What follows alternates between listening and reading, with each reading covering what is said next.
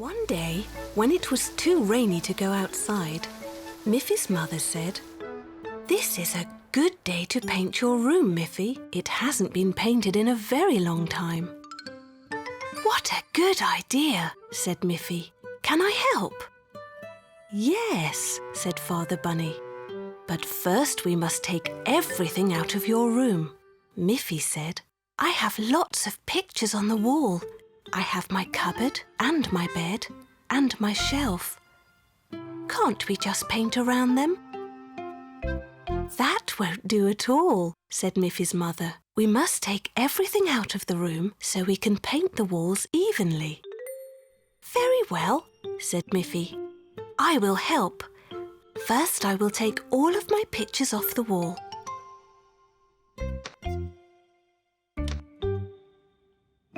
"But I can't move my bed, or the cupboard, or the shelf." "Your mother and I will move the heavy things, Miffy. You can think of what colour you would like to paint your room. I have lots of different coloured paints in my workshop." So while her mother and father were carrying everything out of her room, Miffy began to think about what colour she would like her room to be. "If it were blue, it might seem like it's always night time," she said. "If it were red, it might look too hot. If it were green, it might look like my room was outside in the garden. If it were white, it would be the same colour as me, and I might feel lost inside it." Miffy looked out of her window and noticed a bright yellow tulip. "If my room were yellow like that tulip, it would be sunny and bright. I would like my room to be yellow," said Miffy finally. Father Bunny said, "I have some lovely yellow paint. I will paint the high parts of the wall, Miffy, and you can paint the low parts. You will be able to learn how to paint." Mother said, "First you must put on an apron, Miffy. It would be a pity to get paint on your lovely dress."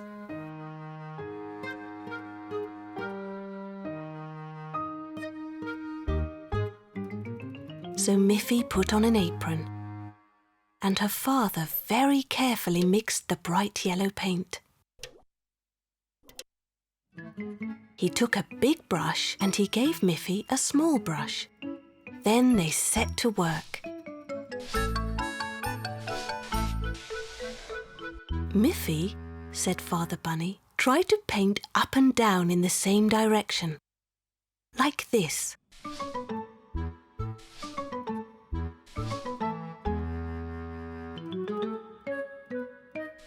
Miffy learnt very quickly.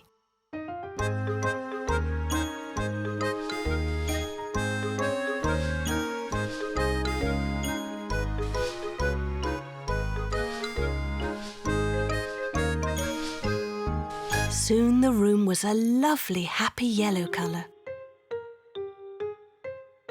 And Miffy's things were soon back in their place.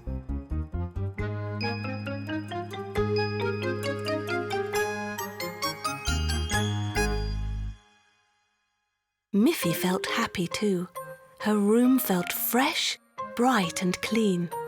"It's a nice feeling," she said, "to have a freshly painted room, and that I helped to do it."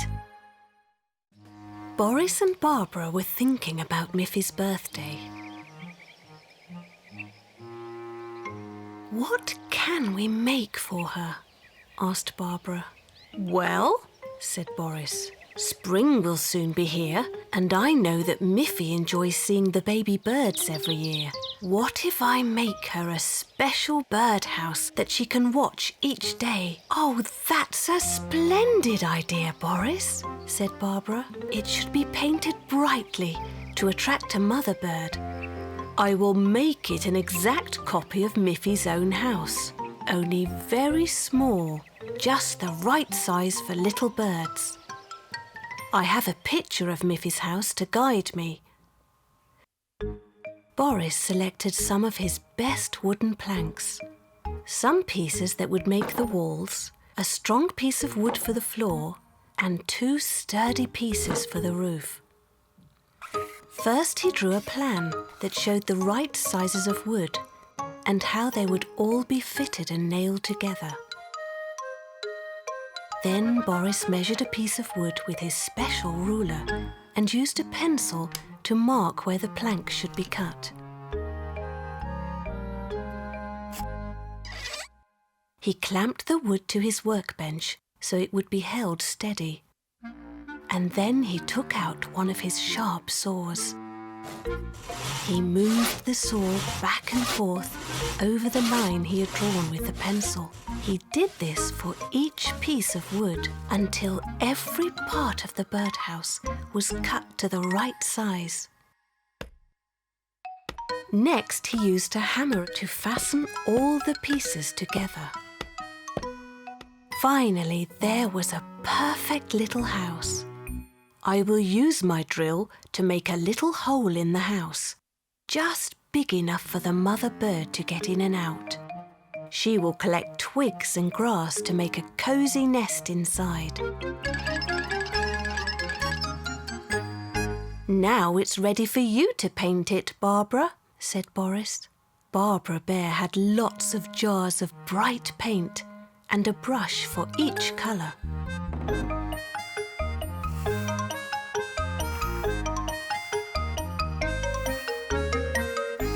Soon the little birdhouse really did look like a tiny model of Miffy's own house, with one small difference. On Miffy's birthday, Boris and Barbara brought the birdhouse to Miffy's house and set it up on a pole in Miffy's garden.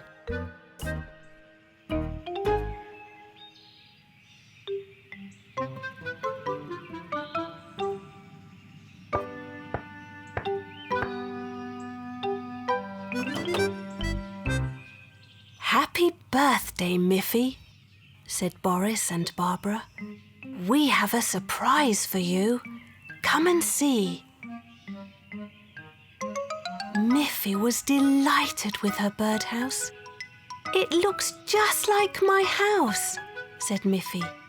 But there's something different. Instead of a door, it has only that little hole in the front.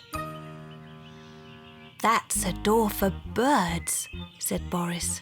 It's not a bunny door. They all laughed. Oh, how wonderful to have such clever friends, said Miffy. You have made me happy, and your present will also make a mother bird very happy.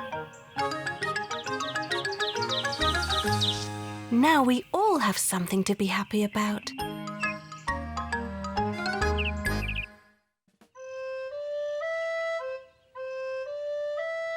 Miffy loved music, and she was learning to play the recorder.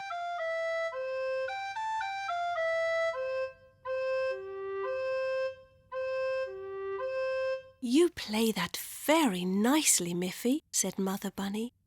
But that tune needs more players. Miffy said, Yes, I can invite my friend Aggie. She can play the accordion. Yes, said Mother Bunny, and Poppy Pig plays the double bass beautifully. I will call her on the telephone and invite her to join us.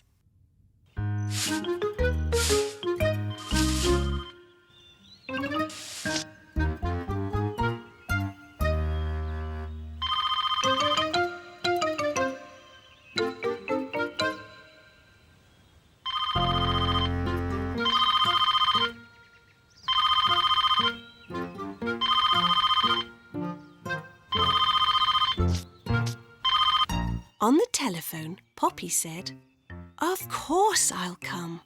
I like to play music. Can I bring my little niece, Grunty? She's staying with me this week. She plays the piano.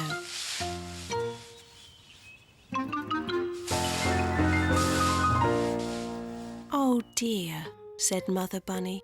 What a pity. We don't have a piano. Do bring little Grunty, though. We'll find something for her to play." Soon Aggie arrived, and now they could play a two-part melody.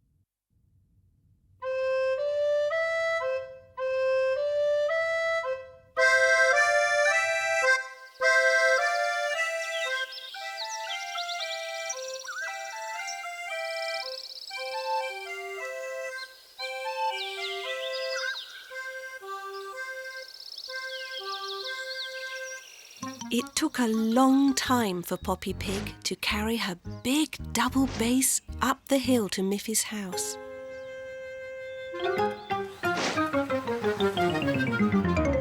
At last, she and Grunty arrived.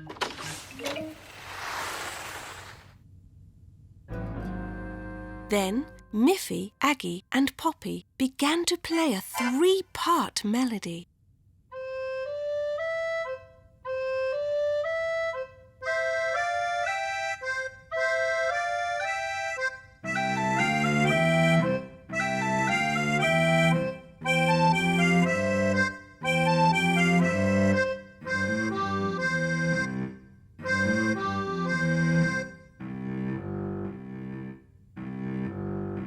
That sounded even better, but little Grunty had nothing to play, and that was no fun for her.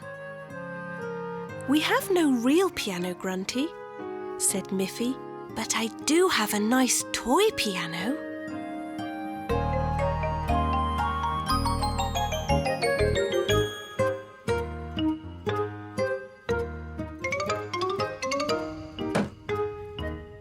"I'm sure you can make it sound wonderful." Now they could all play together. How wonderful it sounded!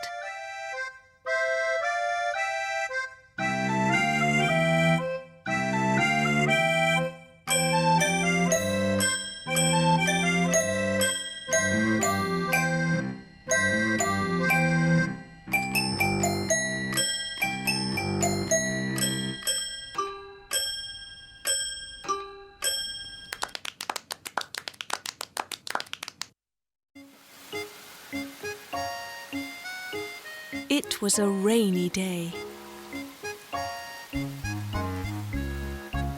"What should I do today?" said Miffy. "I can't go out in the rain to play with my friends." "Well, you can help me do the dishes," said Mother Bunny. So Miffy dried the dishes. Then she swept the floor.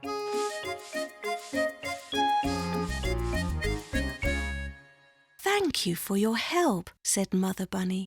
Miffy looked out of the window again. Still, she had to stay in the house. "What else can I do for you, Mother?" asked Miffy. "You've helped me enough," said Mother Bunny. "Why don't you take your crayons and draw some nice pictures?" "Yes," said Miffy. "I like to draw pictures."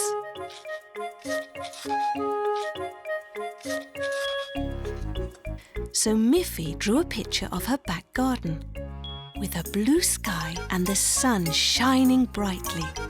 But when Miffy looked out of her window to her back garden, the sky was not blue and the sun was not shining. It was raining harder than ever. "What should I do now?"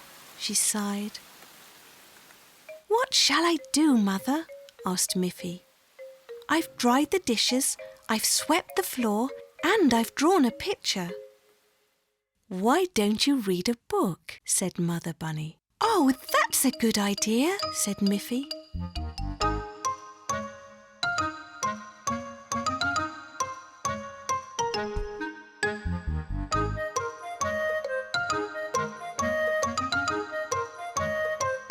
Miffy read a nice story about a sunny day at the beach. She looked out of her window again and saw that it was still raining hard. Her mother said, Miffy, if you listen to some nice music, it will make you feel happy.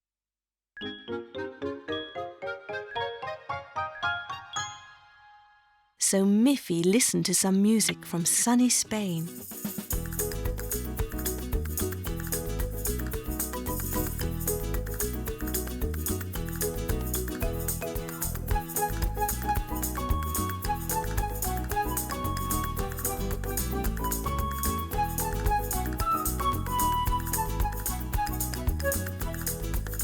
But outside her little house, it began to look like the North Pole.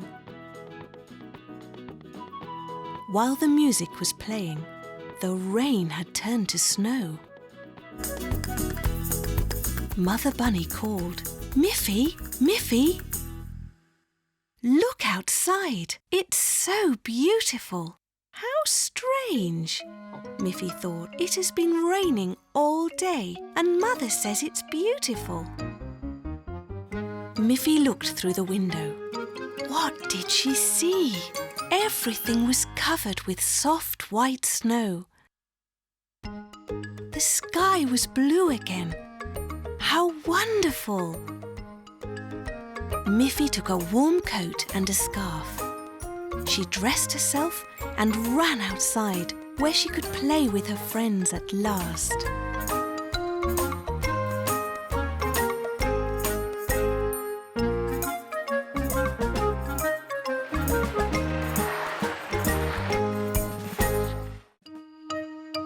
One morning, Miffy heard a strange scratching at her front door. What could that be? She wondered. She opened the door and there was a friendly little brown dog. The little dog wagged its tail happily. "What's your name, little dog?" asked Miffy. But the dog only went. Miffy laughed and said, "I think your name is Snuffy. Shall I give you some water? It's hot today. You must be very thirsty."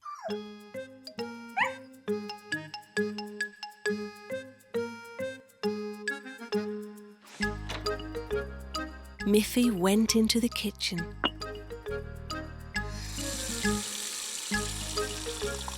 She filled a bowl with cold water.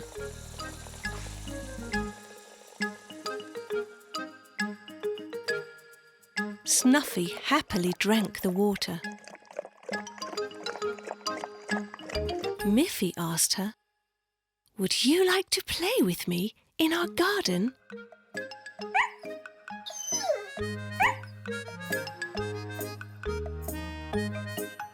Miffy led Snuffy to the garden.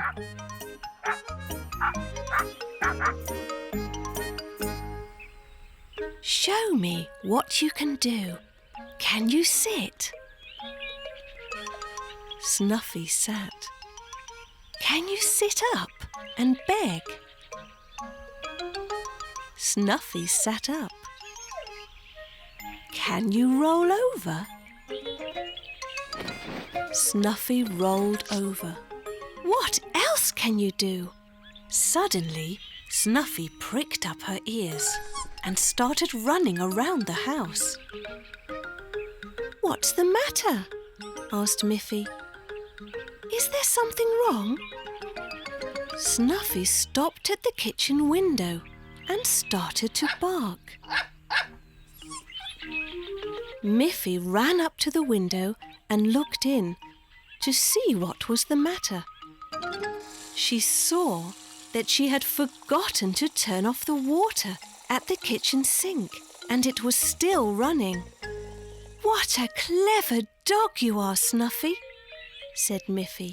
"When I went to the kitchen to get water for you to drink, I forgot to turn off the tap." Miffy went quickly into the house. She turned off the water. "Oh, Snuffy," said Miffy, "you are such a clever little dog.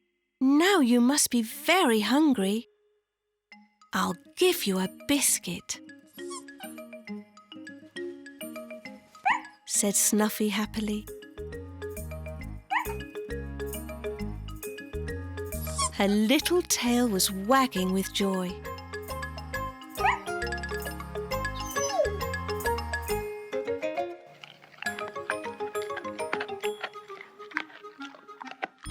It was so nice that you came to visit me. You can come to see me any time you like.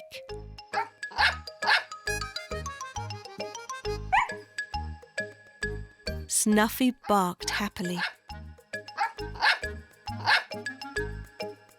which meant, yes, I will.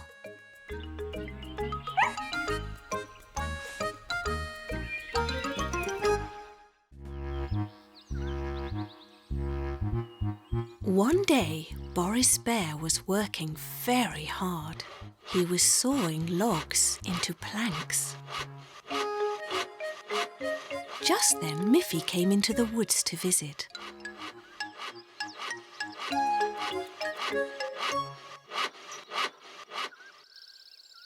"What are you doing, Boris?" asked Miffy. "I'm sawing these logs into planks," said Boris. "What do you do with the planks?" asked Miffy. "I can make lots of things with these wooden planks, Miffy. Let me show you."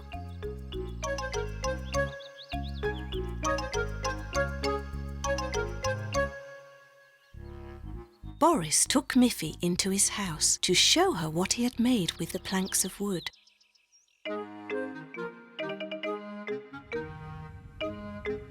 "I made this table with my planks. I made this bench with my planks.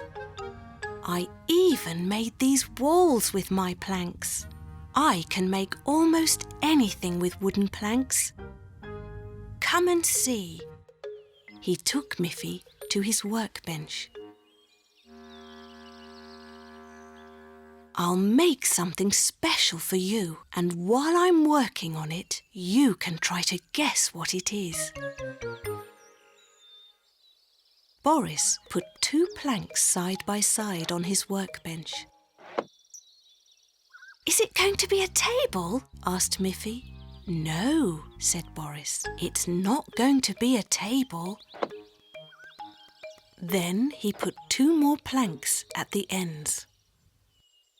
"Oh," said Miffy, "is it going to be a bench when you turn it over?" "No," said Boris, "it won't be a bench." Then he put 2 more planks by the sides. "I know," said Miffy. "Is it going to be a box when you put the top on it?" "No," said Boris. "It doesn't have a top and it won't be a box." Then Boris pounded in nails all around to hold it together.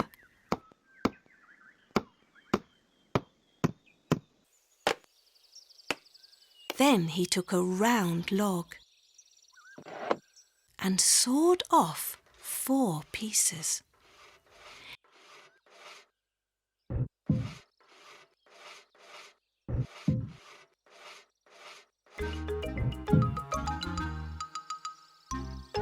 He put the 4 round pieces of wood on the sides. "Now you can see what it will be," said Boris. "I know," shouted Miffy happily. "It will be a little wagon." "You're right," said Boris. "It will be a little wooden wagon and it's nearly finished."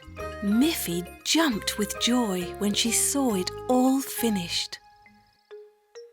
"What a lovely wagon," she said. "Thank you so much, Boris." "Step into your new wagon, Miffy," said Boris, "and I will pull you home." Miffy carefully sat down in her wagon and rode home in great style.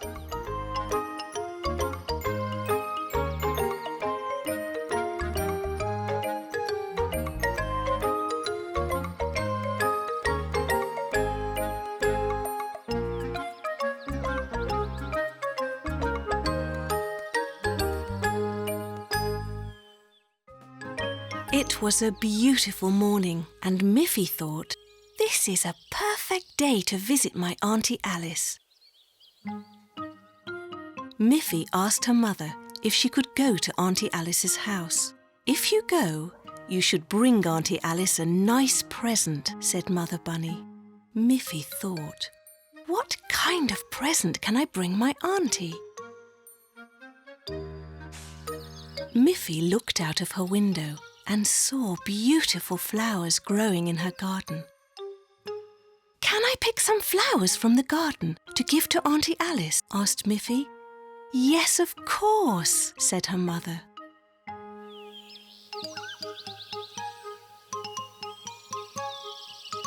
Miffy picked a lovely blue flower, then a yellow flower, and a red flower. These flowers make a beautiful present, thought Miffy. I'm sure Auntie Alice will be pleased with these.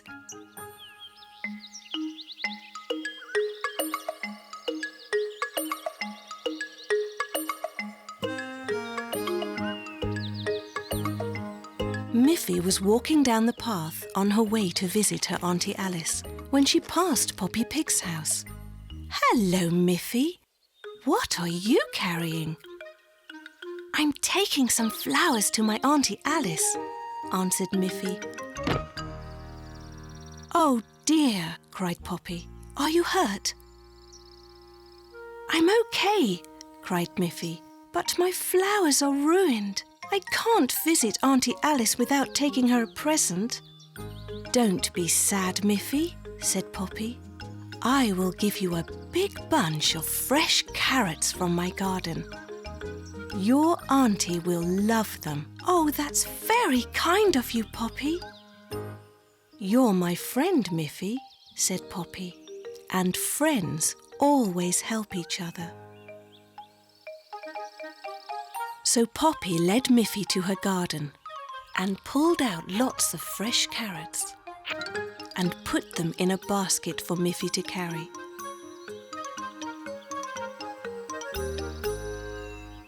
Miffy thanked Poppy Pig.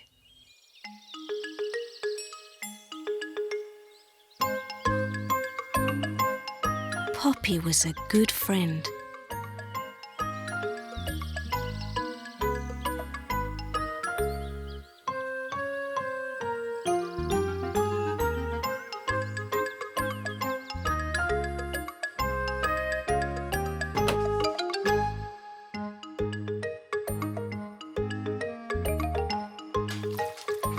When Miffy arrived at Auntie Alice's house, she gave her auntie the fresh carrots.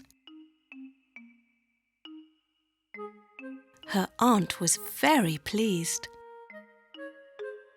Miffy told Auntie Alice how Poppy had helped her.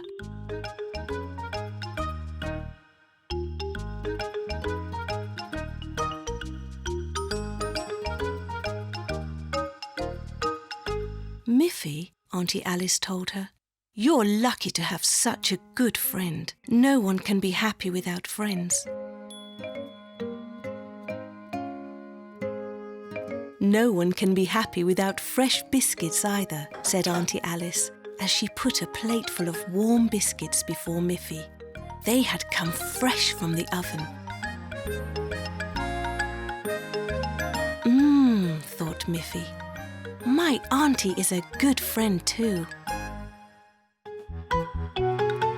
One day, Miffy thought it would be great fun to have her good friend Aggie stay overnight with her. So she asked her mother, "Can I please invite Aggie to stay with me tonight?" "That would be very nice," said Miffy's mother. "I will phone Aggie's mother to ask if that is okay." That afternoon the doorbell rang, and there stood Aggie with her little suitcase. "I've brought a little present for Miffy," said Aggie. "It's a drawing I made myself." Miffy was so pleased with Aggie's drawing that she went straight to her room and hung it on the wall.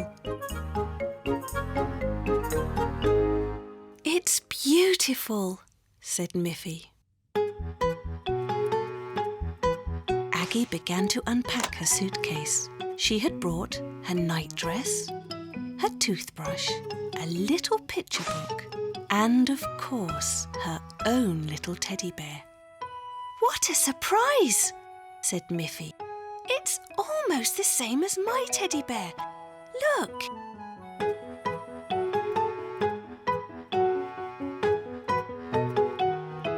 The two teddy bears looked exactly alike. Just then Mother Bunny called them for dinner. And of course their teddy bears were hungry too. "Be careful you don't mix them up, children. Your teddy bears look almost the same. They are even the same colour." "But I know which is mine," said Miffy. "And I know which is mine," said Aggie. "Good," said Mother Bunny. Mother served them a nice dinner. There were carrots, leeks, and 4 delicious tomatoes.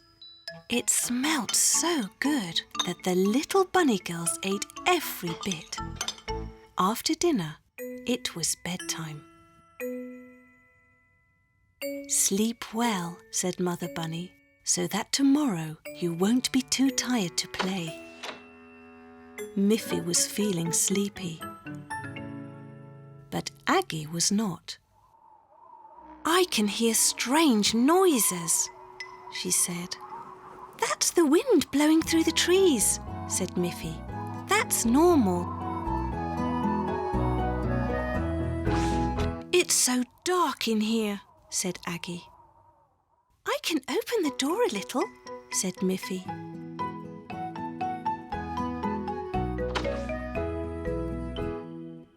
"I still can't fall asleep," said Aggie. So Miffy turned on her little bedside light and saw that Aggie was holding Miffy's teddy bear instead of her own. "Now I see why you can't sleep," said Miffy. "You don't have your own teddy bear." "I knew something was wrong," said Aggie. "Our teddy bears look the same, but each has its own special smell." "Of course," said Miffy. "My bear smells like me." "And my bear smells like me," said Aggie. "That's how we know which one is our own," said Miffy. So when each little bunny girl had her own teddy bear, each with its own special smell, they both fell asleep. And had beautiful teddy bear dreams until the morning. One day, a letter arrived from Auntie Alice. Miffy's mother opened it and read that Auntie Alice was going to have a costume party for all of her young friends. "Miffy is invited and she must be sure to come in a disguise," read Mother Bunny. "Oh, what fun!" said Miffy. "What is a disguise?" "It means you have to wear a mask, so you will look like someone else," said Miffy's mother. "Now, who could you pretend to be?"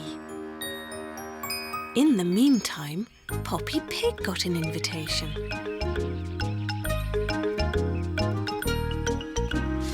Boris Bear got an invitation.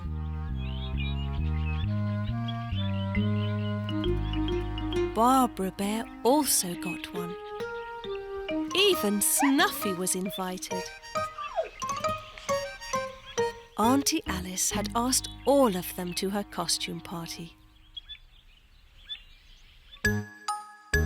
On the day of the party, it was very funny. Auntie Alice couldn't be sure who was coming through her front door. Miffy arrived wearing a Poppy Pig mask. Poppy Pig arrived wearing a Barbara Bear mask. Barbara Bear arrived disguised as Auntie Alice. Auntie Alice herself was disguised as Boris Bear. Boris Bear arrived wearing a Snuffy mask.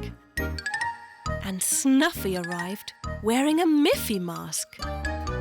"What wonderful disguises we all have," said Auntie Alice. Now, before we have some ice cream and cake, we must try to guess who everyone really is. Whoever guesses all the right names will win a special prize. They all looked at each other very carefully. Who is behind this mask? Who could this be? Who is this? And who is this? The disguises were so perfect that no one could guess. Then they all shouted at once to Auntie Alice. "We know who you are! You are really Auntie Alice! We can tell by your white apron!" Then they all took off their masks.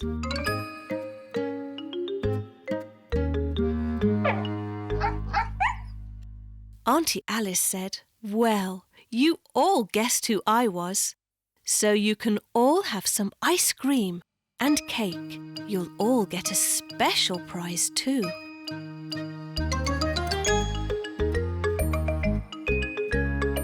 They all enjoyed their ice cream and cake.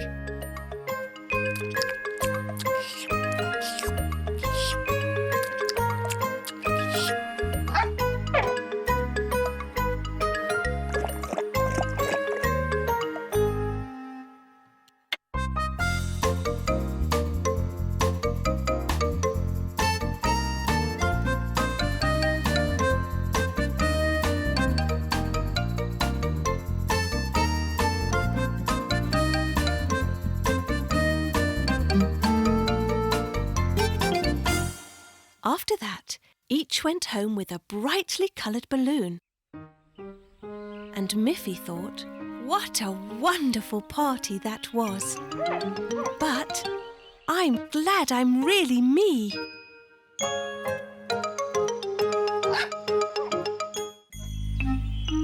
Miffy was about to go on a great new adventure. "Goodbye, Mother," said Miffy, as she set off for a camping trip with her forest friends Boris and Barbara Bear. They knew all the best places in the woods, but this time they decided to camp high on the hillside meadow behind Miffy's house.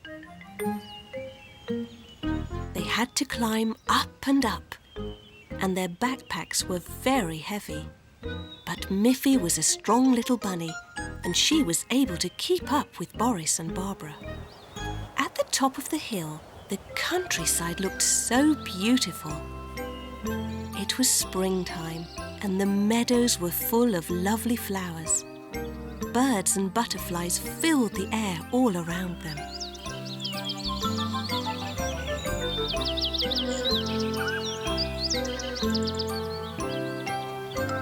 "Shall we make our camp here?" asked Miffy. "I think it will be too windy on the top of the hill," said Boris.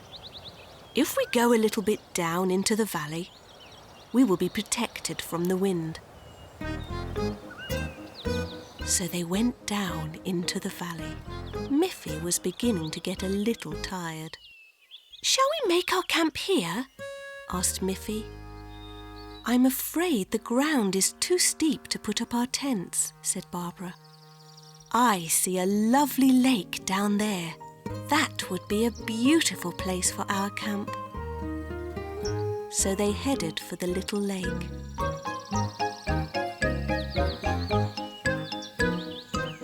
"We shall make our camp here," shouted Miffy happily.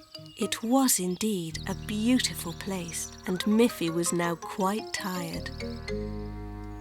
"We shall put up our tents," said Boris. "And you can rest, Miffy," said Barbara. "I won't rest while you work," said Miffy. "I will go to the lake and get some water." "I'll come with you," said Barbara. Miffy tasted the cool water. It was delicious. Miffy told Boris and Barbara that if they would make a fire, she would cook some delicious carrot soup, for her mother had put some fresh carrots in her backpack. Boris said, "That's a good idea. I brought some firewood in my backpack." And Barbara said, "I brought a pan and some bowls and spoons in my backpack." Soon it began to grow dark. They all enjoyed the delicious carrot soup by the light of the campfire. After dinner, they were all very sleepy.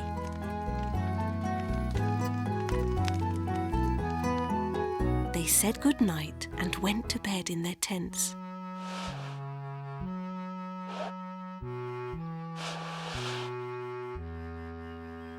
The sound of birds and the first rays of the morning sun awakened them. "Good morning." "Good morning, Barbara," called Miffy. "Morning," said Boris sleepily. They packed up their tents and carefully cleaned the camp fireplace. They drank some fresh water and happily made their way home over the lovely hills. "Camping is such great fun," said Miffy to Boris and Barbara. "Let's do it again soon."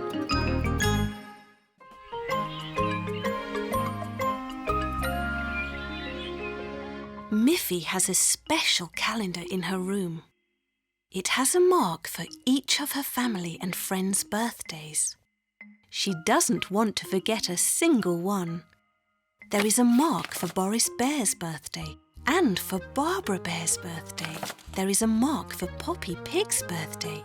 There is a mark for her mother's birthday and a mark for her father's birthday. And look, there is even a mark for Snuffy's birthday. And it is today.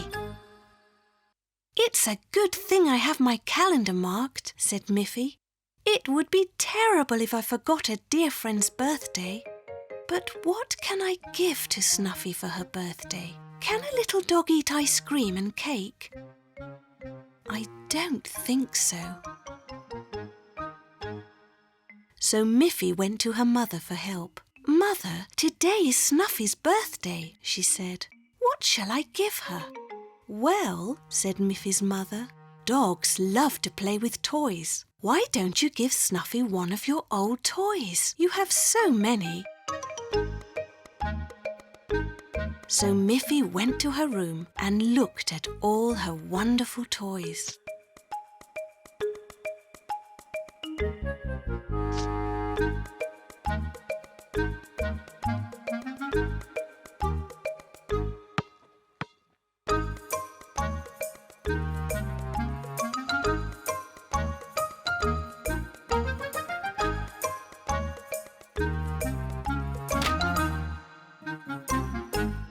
Miffy thought, "I love all of my nice toys, but I also love Snuffy.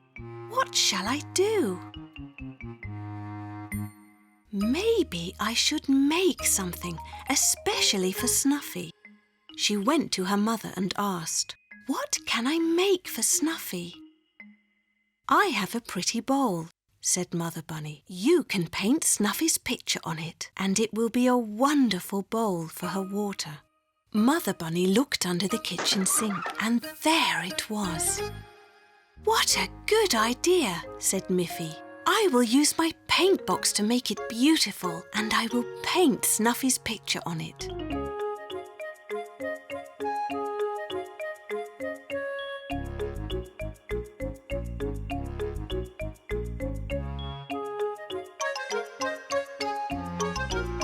Soon it was finished, and it was beautiful.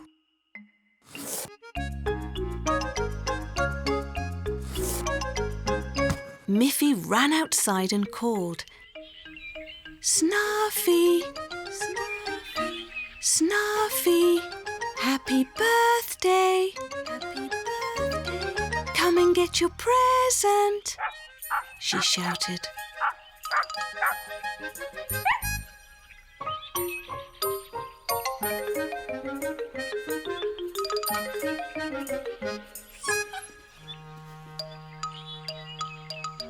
When Snuffy saw the beautiful little bowl with her picture on it, she wagged her tail and jumped for joy. She was so happy to have such a lovely birthday present.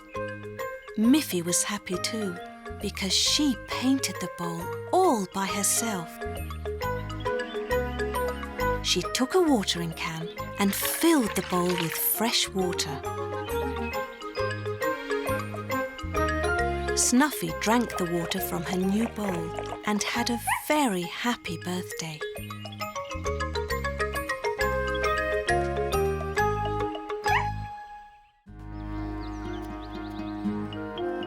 "Miffy, Miffy," called Mother Bunny. "It's time to get up. The sun is shining." But Miffy didn't get up. Her mother called again. "Miffy, it's time to get up." Mother Bunny went into Miffy's room and saw straight away that Miffy did not look at all well. She felt Miffy's forehead. "I think you have a fever, Miffy. I must take your temperature." She went to get a thermometer and put it under Miffy's arm. Mother Bunny looked at the thermometer. "Oh dear, Miffy, you do have a fever," Miffy said. "Oh, Mother, I feel hot and cold all at the same time." "Yes," said her mother, "that is a sign of having the flu. I'll bring you an extra blanket and some water."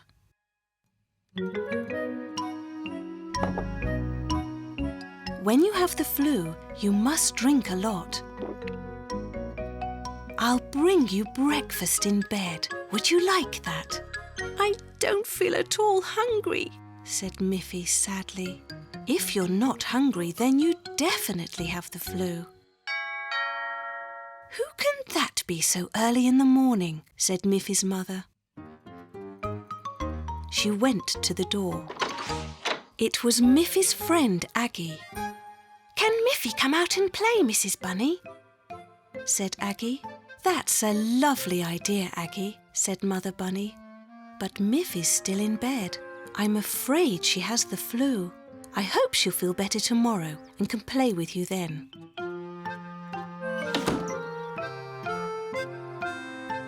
An hour later, the doorbell rang again. Mother Bunny opened the door, and there stood Boris and Barbara Bear. They also wanted to visit Miffy, but of course, Miffy was still in bed. And Mother Bunny said, "You know, Boris and Barbara, that the flu is catching. It would be best if you didn't visit Miffy today." Boris and Barbara sadly walked away from Miffy's house. Mother peeked into Miffy's room again and saw that she was still sleeping. Just then the doorbell rang again. "Who could that be this time?" said Mother. When Mother Bunny opened the door, there were Boris, Barbara and Aggie again. "You know Miffy's ill in bed. Why have you come back again?" "We've brought Miffy some presents," they all said together.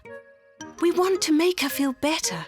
We've brought some fruit, some apples, some grapes, and some oranges."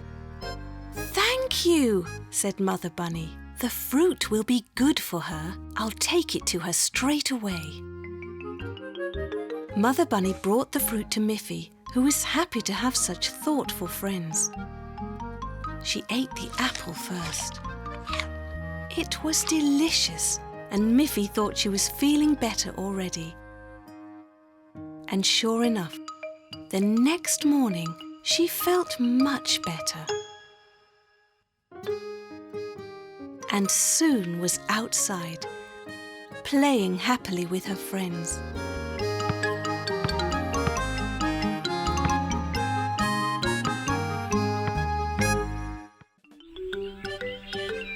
One day, Miffy came home from school.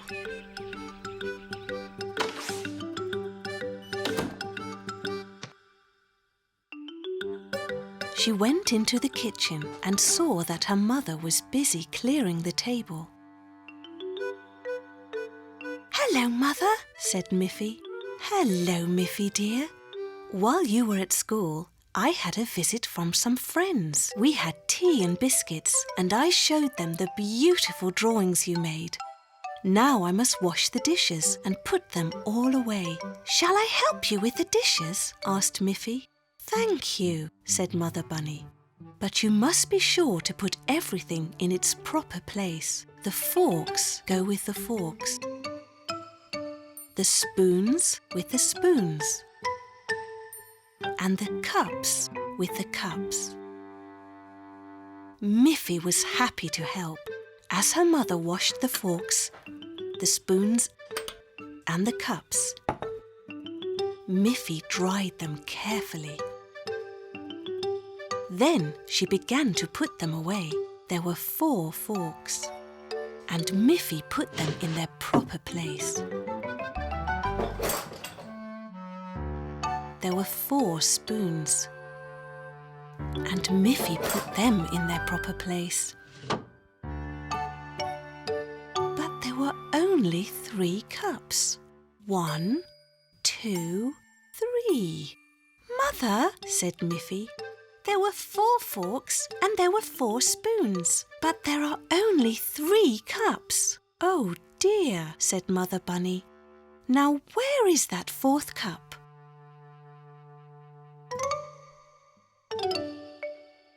"It's not in the sink." "I'll go and look for it," said Miffy.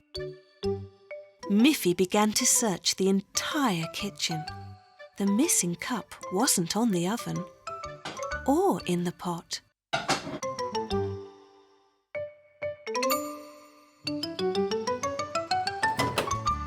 It wasn't in the cupboard.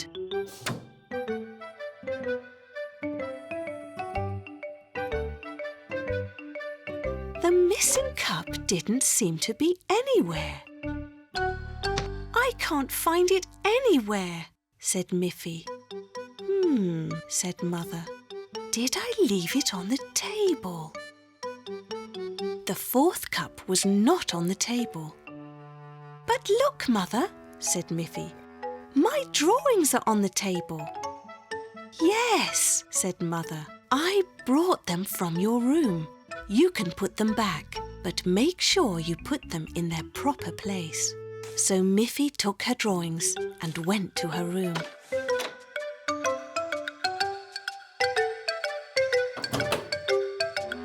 She put her drawings on the shelf where she kept all of her things. And there it was. The missing cup was on Miffy's shelf. "Mother, Mother!" shouted Miffy. "I found the cup!" "Oh, silly me," said Mother Bunny. "When I went into your room to get your drawings, I had a cup of tea in my hand. I must have put it down on your shelf. Now we have 4 cups again. Thanks to you, Miffy."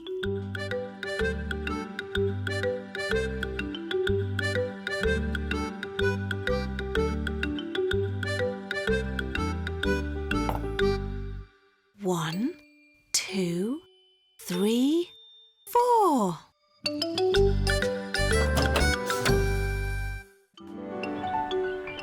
It was a beautiful day. Miffy thought it would be nice to play with Snuffy. Miffy went out to look for her friend. She called her name. "Snuffy! Snuffy! Where are you?" She looked in front of the house. She looked at the back of the house. she looked behind the tree. But Snuffy was not there. She called her name louder and louder. Snuffy! Snuffy! Where are you? Then suddenly, from behind the hill, she saw something moving. Yes, it was Snuffy. Oh, I'm so glad that you heard me, said Miffy. I thought I couldn't find you, but now you're here and we can play together. Would you like that? Snuffy wagged her tail and flapped her ears. Of course she wanted to play with Miffy. You must be hungry and thirsty, said Miffy. First I will get you something to eat and drink.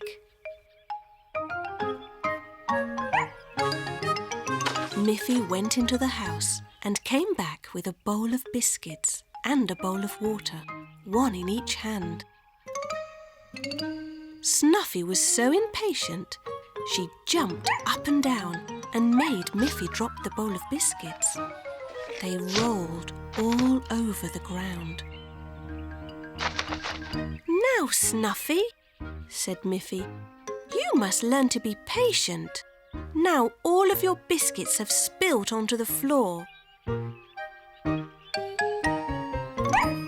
No, Snuffy, said Miffy. You mustn't eat biscuits from the ground. Miffy was not really angry with Snuffy, but she wanted her to learn a lesson. Snuffy looked very sad. Don't be sad, Snuffy, said Miffy. There are still some more biscuits in the kitchen. Now, sit quietly and wait while I bring them.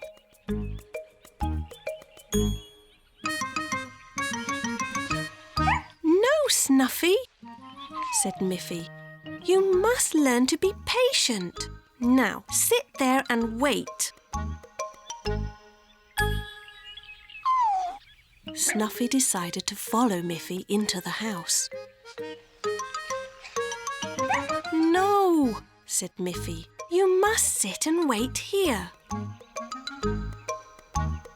When Miffy returned with a new bowl of biscuits, Snuffy jumped up again and barked with joy. No, said Miffy. This time you must sit and be patient. Snuffy sat and waited patiently, and then Miffy gave her the new bowl of biscuits to enjoy.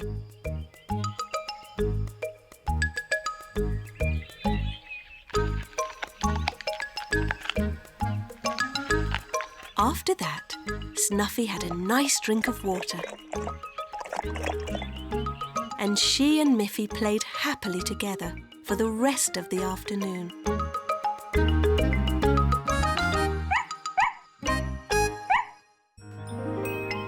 It was Miffy's birthday, and her mother had baked a beautiful chocolate cake. She had set the table with party hats and colourful napkins, and had hung the birthday decorations all around their little house. It was already 12 o'clock, and no one had come to the party. Miffy wondered if anyone would come. She looked out of her window, but couldn't see anybody coming. Where is everyone? She asked her mother. We sent invitations to all your friends, Miffy, said her mother. I'm sure they'll be here soon. Just then, the doorbell rang.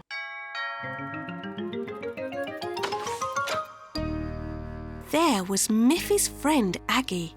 She was carrying a beautifully wrapped present for Miffy.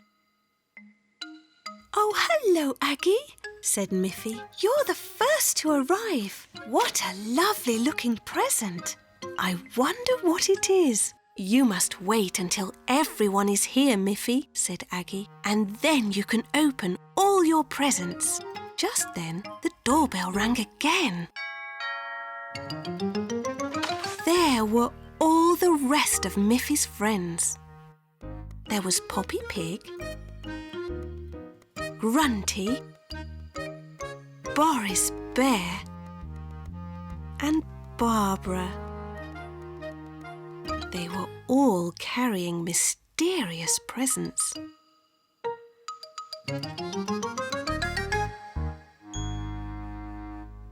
Before we open the presents, let's all have some birthday cake and ice cream, said Mother Bunny. They all agreed. Miffy was wondering what was in all those pretty packages. As soon as they had finished the sweets, the cake and the ice cream, Aggie said, "Now you can open my present first." Miffy quickly opened her present.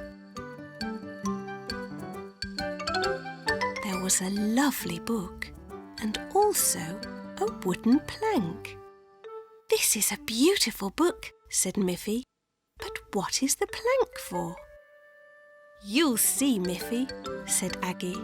Poppy Pig said, "Now you can open the presents from Grunty and me." Miffy was surprised to find 2 more books and 2 more wooden planks.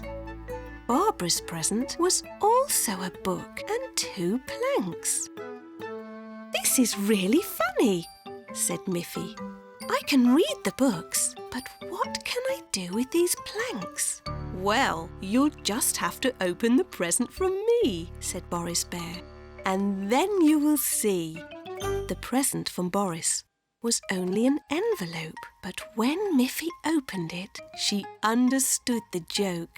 Inside was a drawing of a bookshelf. "We'll all help you put it together."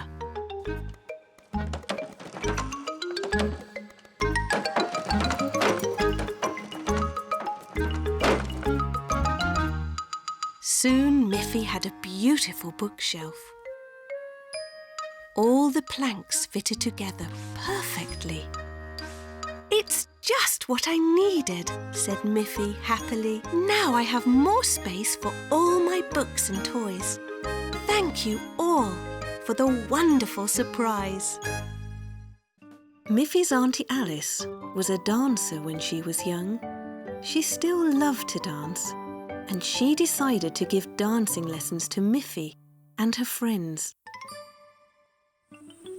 On Saturday morning, Miffy, Winnie, Melanie and Aggie went to Auntie Alice's house on the hill for their dancing lessons. First, of course, Auntie Alice gave them each some of her delicious biscuits and cocoa. Then, dressed in their dancing outfits, they were ready to start. "Dancing looks easy," said Auntie Alice, "but it really is hard work. You must work hard to learn the proper dance steps. First, I will show you what to do."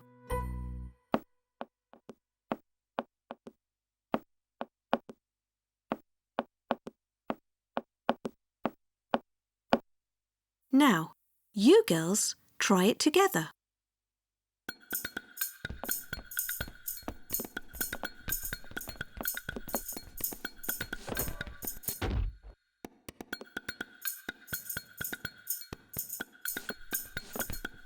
It was so difficult.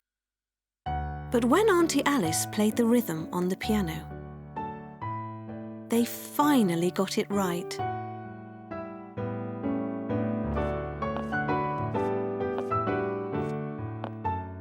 Good! Now I'll show you how to twirl round without losing your balance.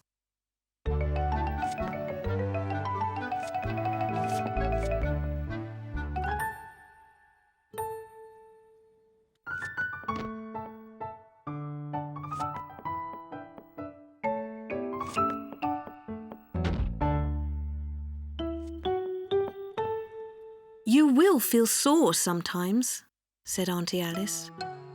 "But when you become real dancers, you will feel happy." Every Saturday, up and down and round they went. They jumped and turned and posed, always keeping in time with the piano. It was hard work, but it was great fun. Miffy tried to move and stand gracefully. It made her feel good about herself. She wondered if Boris Bear could be a dancer, and she asked Auntie Alice, "Is dancing only for girls?" "Goodness me," said Auntie Alice. "Dancing is for everyone. Some of the greatest dancers are boys. Dancing gives them strength and good balance." "I should ask Boris and Barbara Bear to join our dancing class," said Miffy. "Yes," said Auntie Alice. "If we have a larger group, you can perform dances for your parents. They will enjoy seeing how good you have become." The girl bunnies all worked very hard.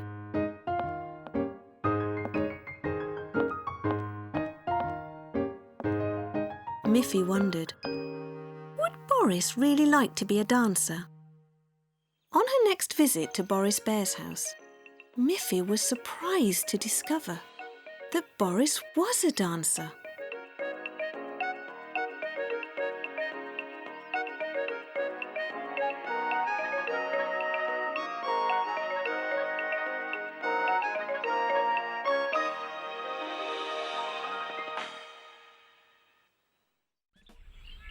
One morning, Miffy received a postcard from her good friend Boris Bear.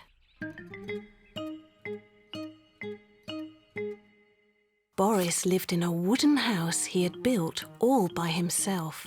It was right in the middle of the forest. The postcard showed a beautiful picture of his house. On the other side, Boris wrote, "Dear Miffy, please come and visit me. I would like you to help me pick blueberries. The forest is full of blueberries at this time of year." Miffy thought that would be a fun thing to do. So she asked Mother Bunny if she could visit Boris and pick some blueberries. "Yes, but you must be very careful. Stay on the forest path so you won't get lost." "Oh, don't worry, Mother. I know the way." Her mother said, "I'll pack a basket of sandwiches so you and Boris can have a nice picnic to go with the blueberries you pick." "Be careful," Miffy's mother said again as she waved goodbye to Miffy. Miffy walked into the forest.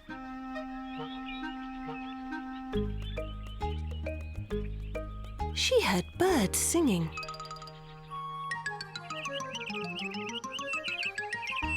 She smelt lovely flowers.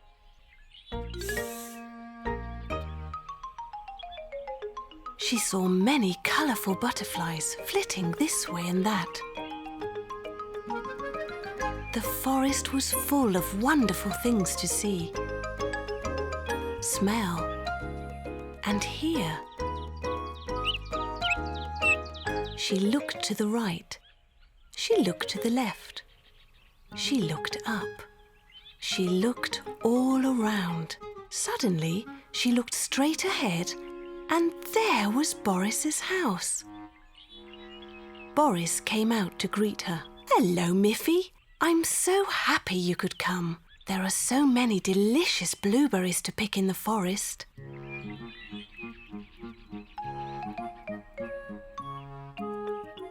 They picked and picked. Soon their baskets were full of fresh, ripe blueberries, and their stomachs were also full of fresh, ripe blueberries, and sandwiches too. They had a wonderful time. Soon it began to get a little dark.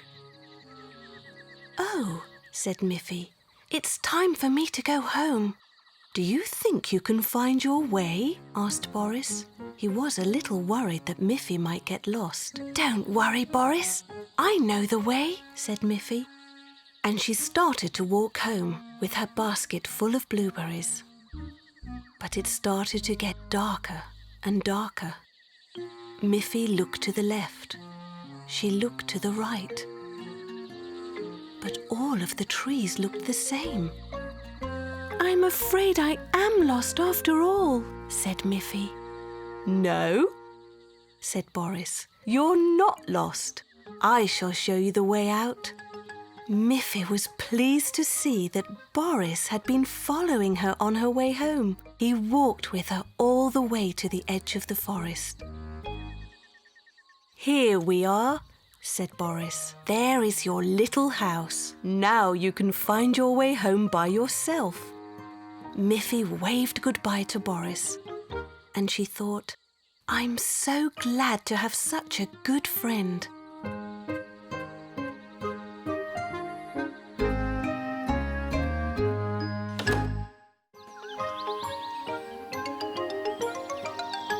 One morning, when the sun came up, Miffy woke up feeling very hungry.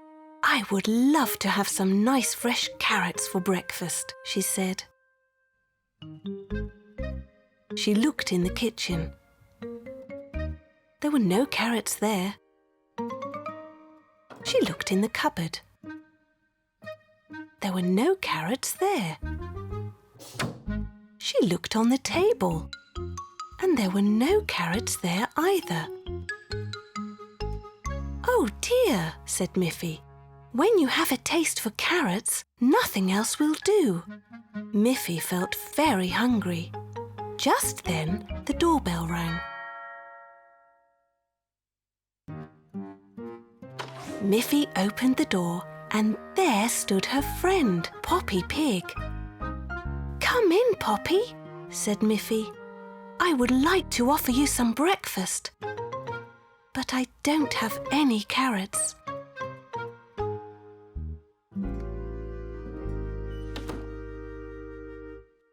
"Dear me," said Poppy Pig. "Did you look everywhere?" "Yes," answered Miffy. "I looked in the kitchen. I looked in the cupboard. I looked on the table. But," said Poppy, "did you look in the cooking pot on the stove?" "Oh no," said Miffy. "I forgot to look in the pot." They both hurried to look in the pot. But the pot was empty. What a disappointment! "Now I'm hungry too," said Poppy Pig. "I know what we can do.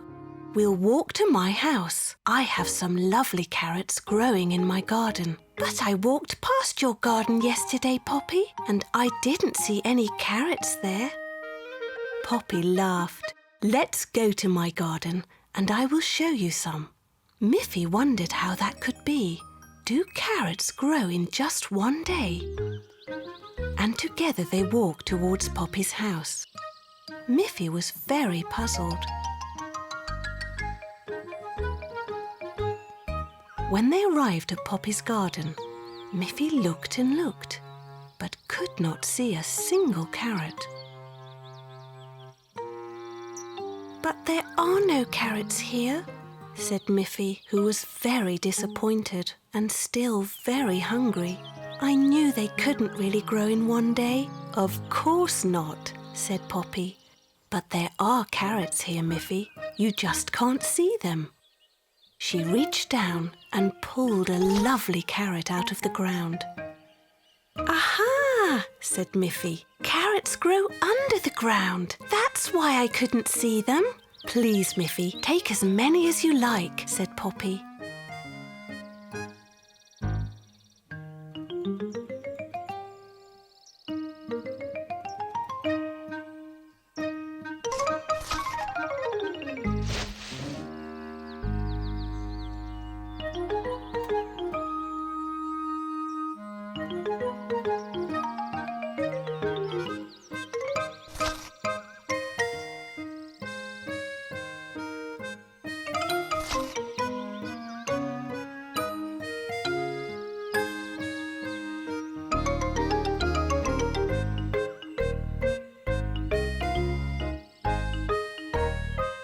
When they had finished, Miffy and Poppy walked back to Miffy's house, looking forward to a nice carrot breakfast.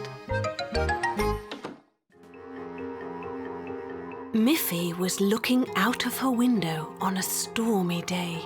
The wind was blowing, leaves were flying through the air and falling on the ground.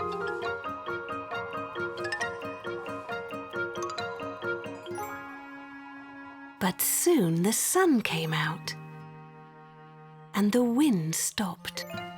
Once again, it was a fine, bright day.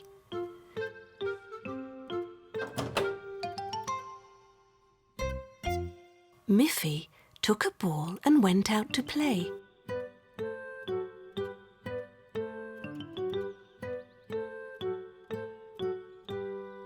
Miffy threw the ball high in the air. It fell to the ground and rolled next to a tree. Miffy ran to pick it up. And what do you think she saw? It was a baby bird. The storm had blown it out of its nest, and it was too young to fly. "Oh dear," said Miffy. "This poor little baby bird needs help, but what should I do?" Miffy took the bird into her house and showed it to her mother. "How can I help this poor baby bird? I think the storm blew it out of its nest. It must be hurt." Mother Bunny looked at the baby bird.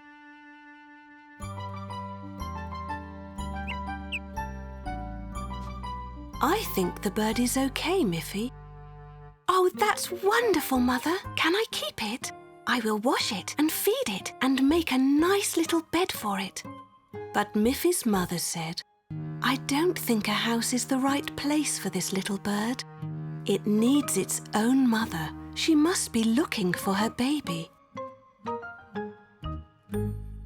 They looked outside and saw the mother bird flying all round the tree, looking for the baby bird. "We must put the little bird back into its nest in the tree. It's too small to fly up there all by itself." So they put the bird out onto the grass and went to get a ladder. The little bird went and made a little hop. Then it went and made 2 hops. It opened its little wings and tried to flap them. Then it went and flapped its little wings again. Miffy and her mother came back with the ladder and set it up against the tree. And just then, the little bird went. It flapped its little wings faster and faster and started to fly. It flew round and round, up and up, and right into its nest, all by itself. "The little bird is back in its nest," said Miffy. "Look! Its mother is flying home, and her baby is safe and sound." Miffy and her mother carried the ladder back inside. And Mother Bird was happy to have her baby home again.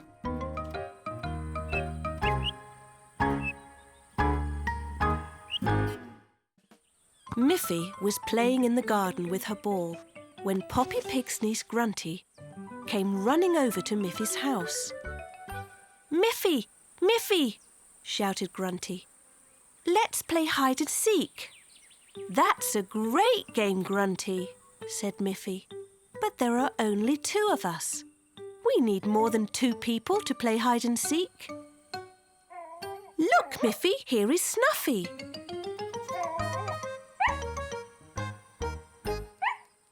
"Let's go and get Boris and Barbara Bear. Then there will be 4 of us. and Snuffy will be able to watch us play hide and seek. They all went off to the forest. Soon they arrived at Boris and Barbara Bear's beautiful wooden house. Hello, Boris. Hello, Barbara. After you finish your work, would you like to play hide and seek with us?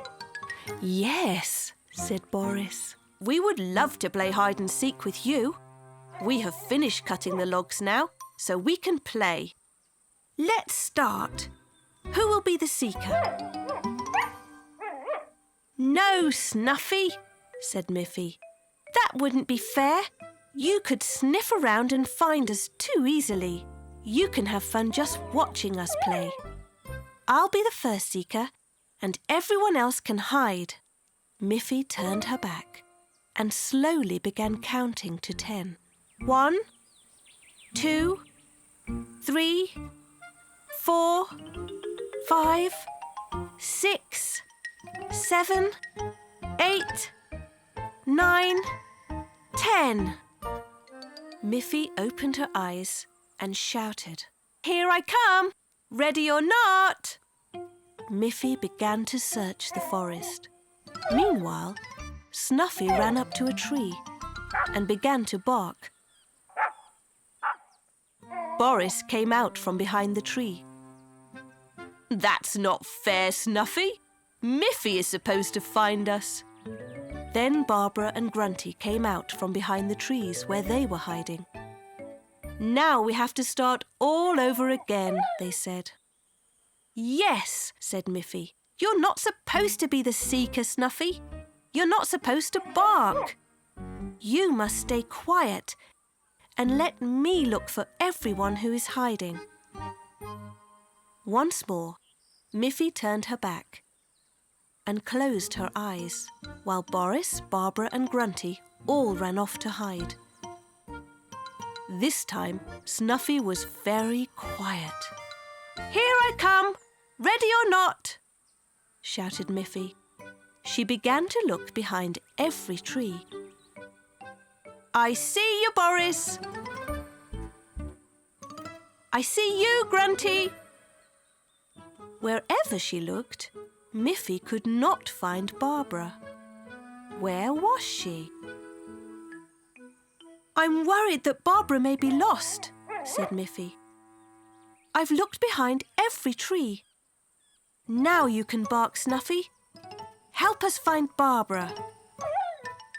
Snuffy ran straight to one tree and began to bark loudly.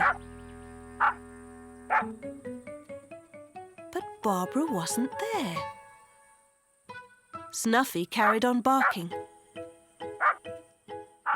They all looked up. Sure enough, there was Barbara on a branch way up in the tree. "What a great place to hide," said Miffy. "Without Snuffy, I would never have found you."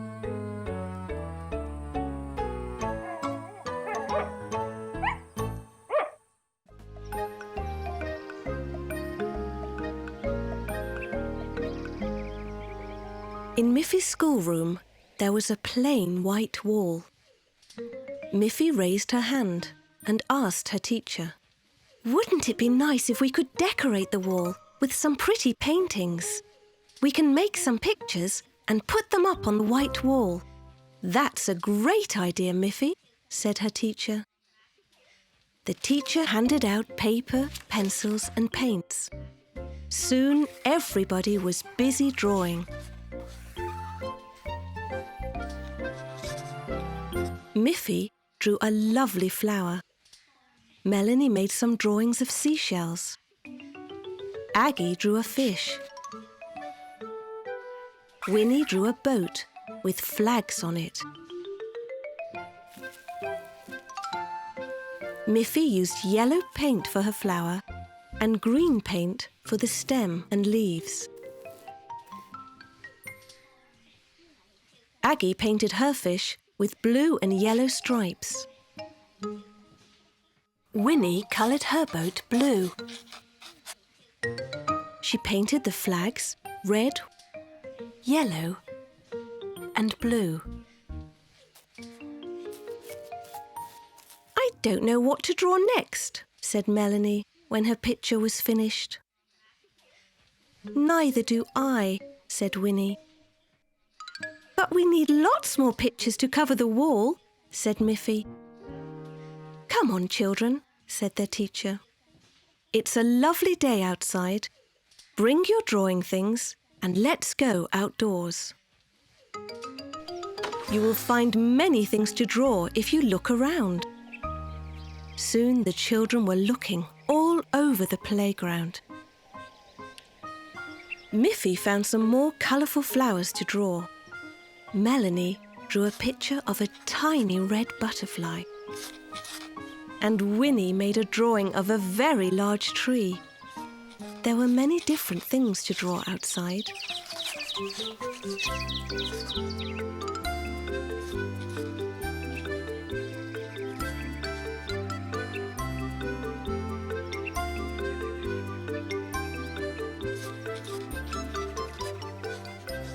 At the end of the afternoon, the children had made lots of different drawings.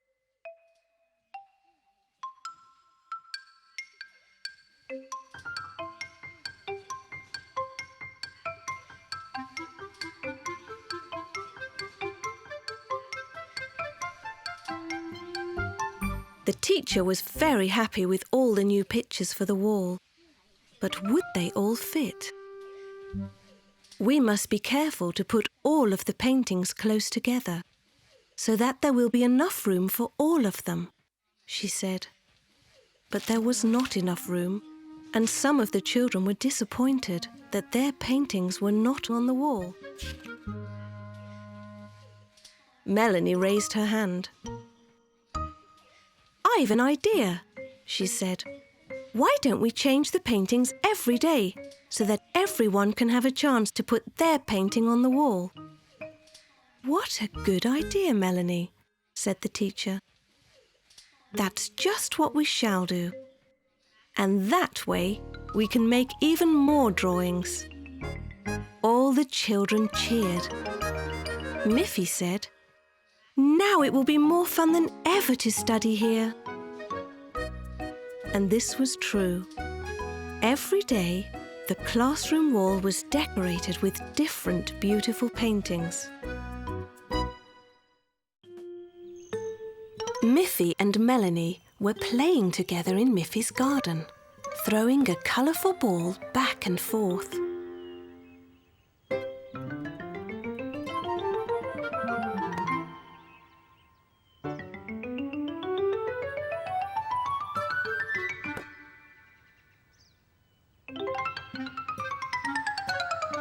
Melanie threw the ball high into the air, and Miffy couldn't see where the ball landed. As she looked for the ball behind a tree, she discovered something else. It was an egg, a blue egg.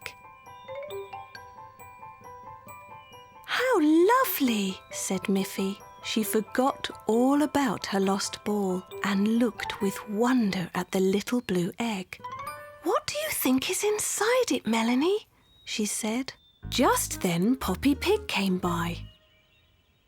"I see you have a blue egg," said Poppy.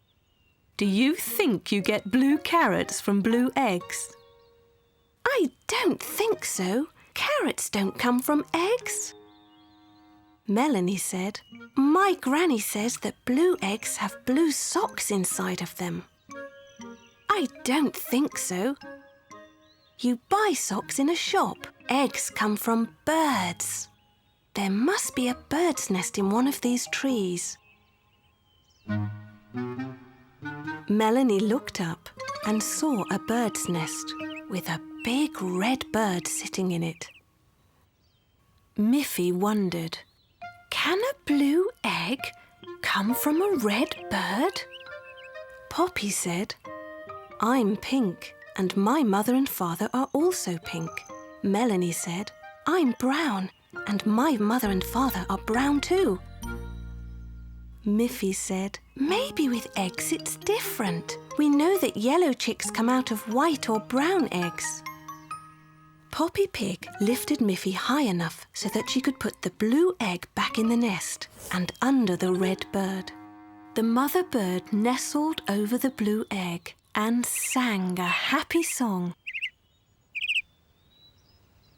Poppy found the lost ball.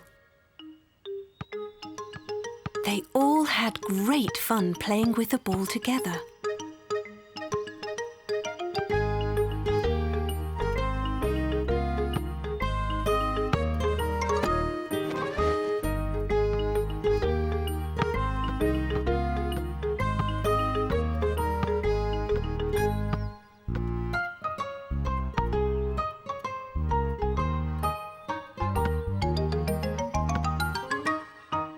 They laughed a lot.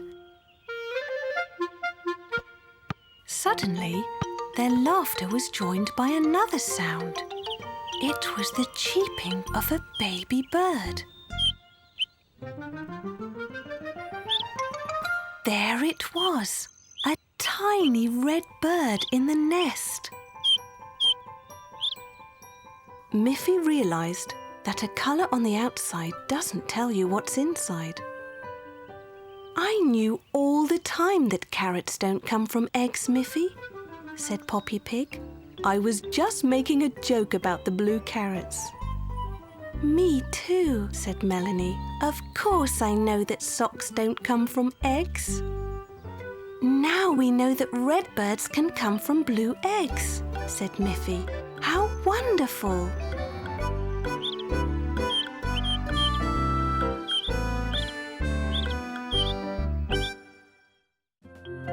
Miffy loved to play in the snow.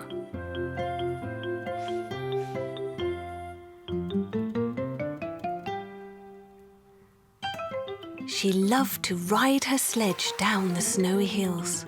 She loved to slide over the snow on her skis. She loved to lie in the snow and move her arms to make snow angels. What she liked best of all was to make big snow bunnies. It was a hard job, and she needed help to make them. Who do you think came along to help her? It was Snuffy the dog. Snuffy loved to run and jump in the snow, and when she saw Miffy trying so hard to push and roll a big snowball, she ran up and helped her. They pushed and pushed together. As the snowball rolled along, it picked up more and more snow. It got bigger and bigger. That's big enough for the snow bunny's body, said Miffy. Now we can roll a smaller snowball for the snow bunny's head. Miffy made a little snowball with her hands. Snuffy was able to push it along with her nose. But when it got bigger, Miffy joined in the pushing until it was big enough to be the snow bunny's head.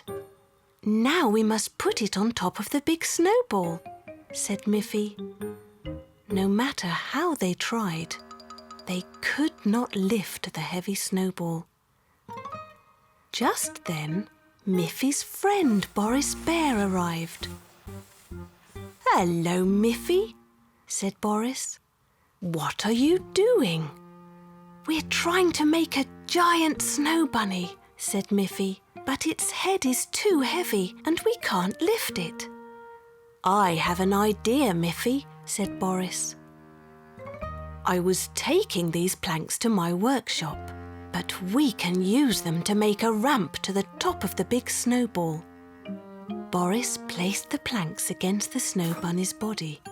The planks made a perfect ramp right to the top of it. Now they could roll the smaller snowball up the ramp.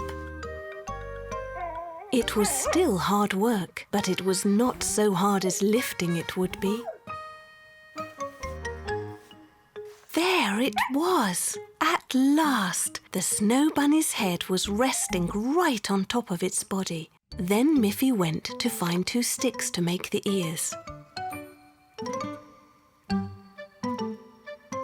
She stuck the 2 sticks into the top of the head. They don't look like bunny's ears, said Miffy. She had an idea. She packed snow firmly around one stick. She packed more snow around the other stick. 2 perfect bunny ears. Snuffy ran off over the snow and returned with 2 rubber balls she often played with. Miffy laughed. She pushed the balls into the snow bunny's head. Now he has eyes, said Miffy. He can see what a wonderful job we did. It was all with your help, Snuffy and Boris. You're such clever friends. Finally, Miffy added a carrot to make the snow bunny's nose. Now the snow bunny was complete.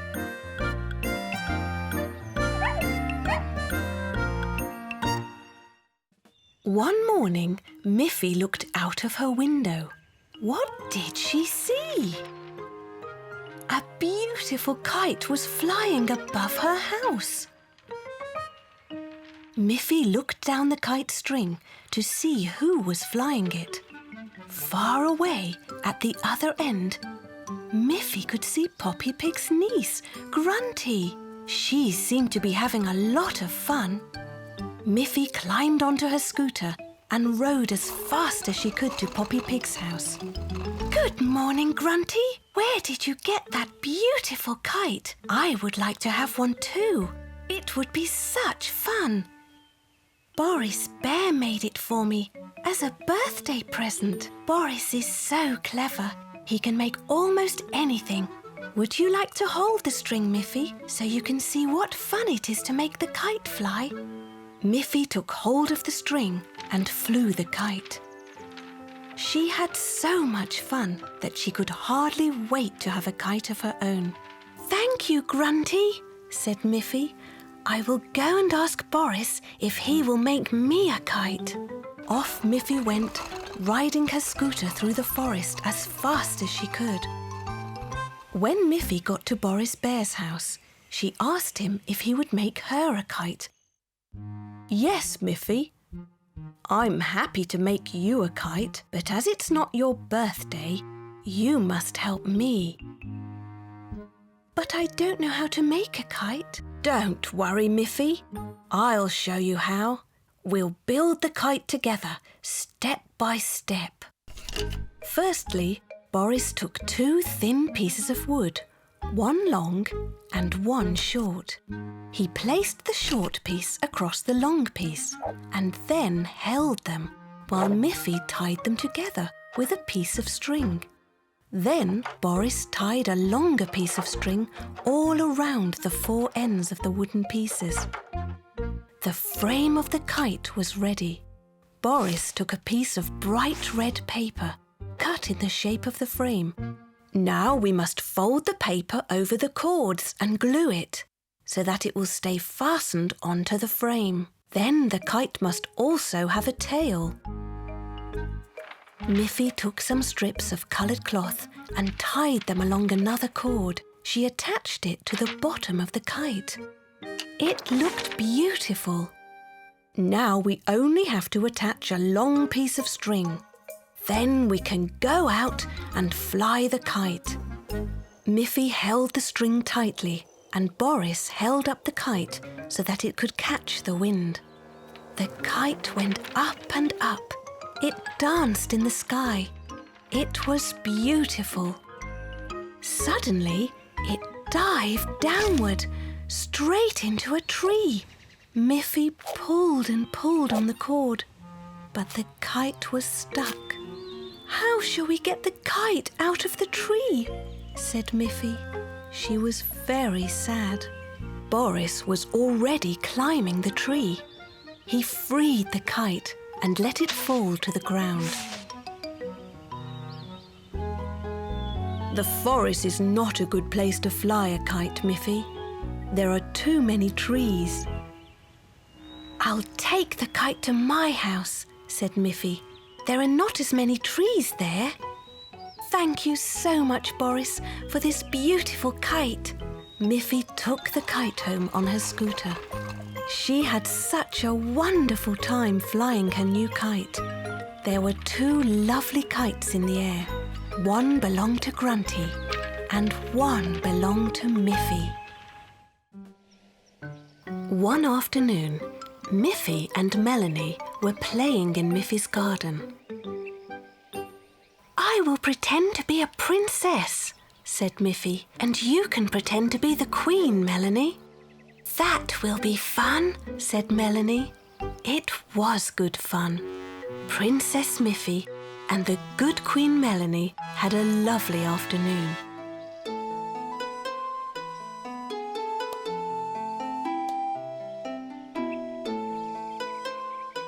"Melanie! Miffy!" called Mother Bunny out of the window. "Come in now.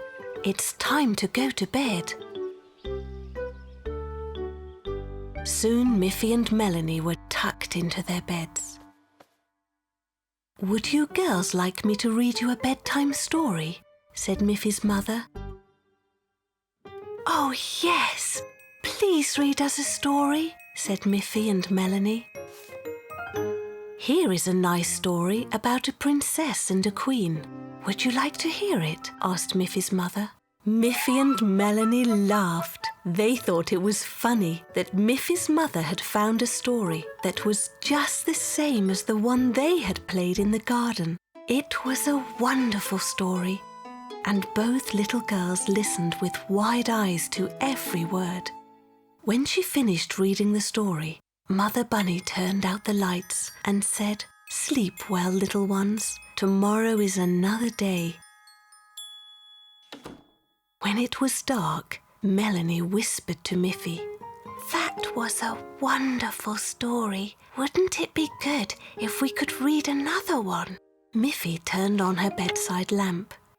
She took another book from her shelf. "Can you read it, Melanie?" asked Miffy. "Girls, girls, you're supposed to be sleeping," Mother Bunny said. When the lights were out again, Melanie whispered very softly to Miffy, "I can't read yet, Miffy. I wish I could." "Me too," whispered Miffy. Soon the little girls fell asleep. And before they knew it, it was morning. "Wake up! Wake up, Melanie and Miffy. It's time to get up and go to school."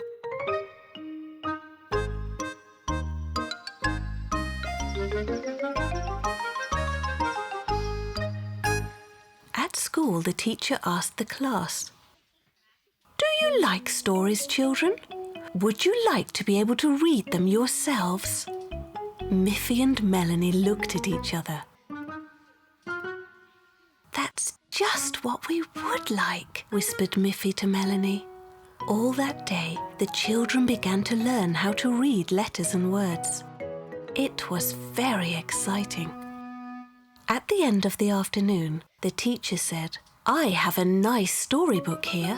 Who would like to read a few words from it?" Miffy and Melanie looked at each other again. They were so surprised to see that it was the very same book Miffy's mother had read to them. Both girls raised their hands. The teacher picked Miffy and handed her the book. Miffy started to read. "Once upon a time, there was a lovely princess." The teacher was surprised that Miffy read so well.